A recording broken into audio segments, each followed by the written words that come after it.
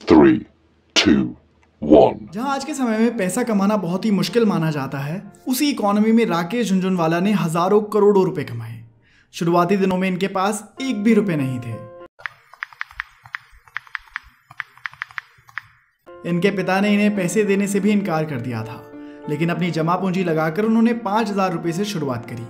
राकेश झुनझुनवाला भारतीय stock market के king कहे जाते थे। वो एक रिनोन्ड इन्वेस्टर और बिजनेसमैन थे। उन्हें भारतीय स्टॉक मार्केट में जितने भी इन्वेस्टर्स हैं, सभी अपना आइडल मानते थे। उन्होंने 1985 में केवल 5,000 रुपए की जमा पूंजी से शेयर मार्केट में इन्वेस्टमेंट करना शुरू करा था, और फिर उन्होंने उसी 5,000 रुपए को 16,000 करोड़ रुपए तक पहुंचा दिया था। राकेश ने अपना कॉन्फिडेंस कभी भी कम नहीं होने दिया। उनके कॉन्फिडेंस के कारण ही सभी शेयर बाजार में उनकी एडवाइस मानते थे। राकेश झुनझुनवाला का जन्म 5 जुलाई 1960 को मुंबई में हुआ। आम मिडिल क्लास लोगों की तरह ही उनकी भी अपब्रिंगिंग हुई। जब राकेश 15-16 साल के थे, तब उनके पिता का थोड़ा बहुत इंटरेस्ट शेयर बाजार में हुआ करता था। उन्हें देखकर ही राकेश के मन में भी इन्वेस्टिंग का इंटरेस्ट जगने लगा। तो एक दिन राकेश ने अपने पिता से पूछ ही लिया कि शेयर मार्केट में ये शेयर्स ऊपर नीचे कैसे होते हैं। उस समय उनके पिता ने उन्हें सलाह दी कि अखबार पढ़ा करो। जिस कंपनी के बारे में न्यूज आई है, उस कंपनी के शेयर के भाव ऊपर या नीचे हुए होंगे।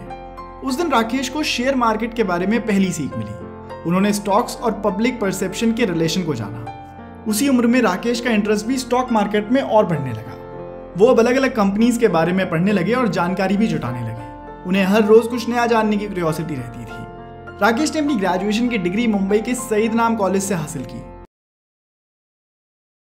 राकेश ने अपने पिता से स्टॉक मार्केट में जाने के लिए पूछा, तो उनके पिता ने जवाब दिया कि तुम्हें जो करना है कर लेना, बस पहले अपनी प्रोफेशनल डिग्री की पढ़ाई पूरी करो। इसी के बाद राकेश ने अपनी चार्टर्ड अकाउंटेंट की पढ़ाई पूरी करी। जब राकेश ने अपनी सीए की पढ़ाई पूरी कर ली, तो उन्होंने अपने पिता से फिर कहा कि अब मुझे शेयर मार्केट में जाना है। उनके पिता ने उन्हें सलाह दी कि अगर तुम्हें स्टॉक मार्केट में जाना है तो जाओ, लेकिन कुछ चीजें हमेशा दिमाग में रखना कि जो तुम करो उसे एंजॉय करते हुए आगे बढ़ो, और मैं तुम्हें कभी भी एक भी पैसा नहीं दूंगा, और ना तुम अपने दोस्तों से कभी पैसे लोगे, और हमेशा ही फियरलेस रहोगे।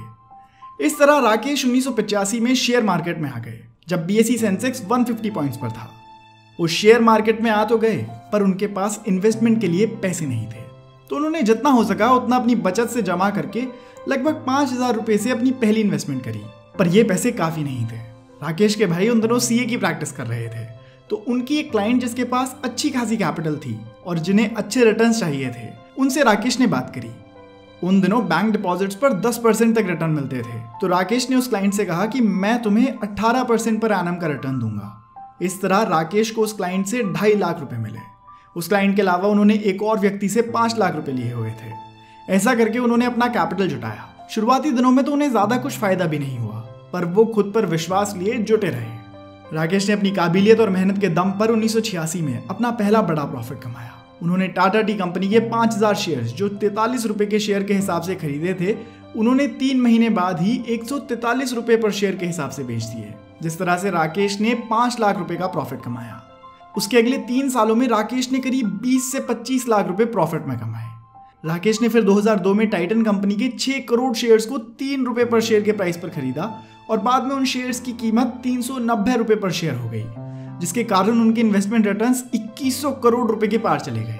राकेश झुनझुनवाला को हमेशा ही फायदा नहीं हुआ, उन्हें बहुत बार नुकसान भी हुआ, लेकिन उन्होंने हर बार अपनी गलती से कुछ सीखा और आगे बढ़ते गए। कुछ ही समय की बात थी कि उन्होंने स्टॉक मार्केट में अपने नाम का झंडा लहरा दिया था। राकेश ने हमेशा ही अपने डिसीजंस में पेशेंस रखा। राकेश झुनझुनवाला का सक्सेस मंत्र है कि इंसान गलतियों से ही सीख सकता है। जब तक हम अपनी गलतियों को मानकर उनसे सीखेंगे नहीं, तब तक हम आगे नहीं बढ़ेंगे। उनका मानना था कि इन्वेस्टर्स को हमेशा गिरगिट की तरह होना चाहिए, और इन्वेस्टर्स को इन्वेस्ट करते हुए खुद पर भरोसा होना भी बहुत जरूरी है। उनके अनुसार बुल मार्केट के दौरान सबका फायदा और बेयर मार्केट में सबका नुकसान ही होता है। इसलिए मैटर नहीं करता कि वो अमीरों की लिस्ट में है या नहीं। उनका सीधा और आसान तरीका है, buy right and hold tight, मतलब सही शेयर खरीदो और उसे पकड़ के रखो।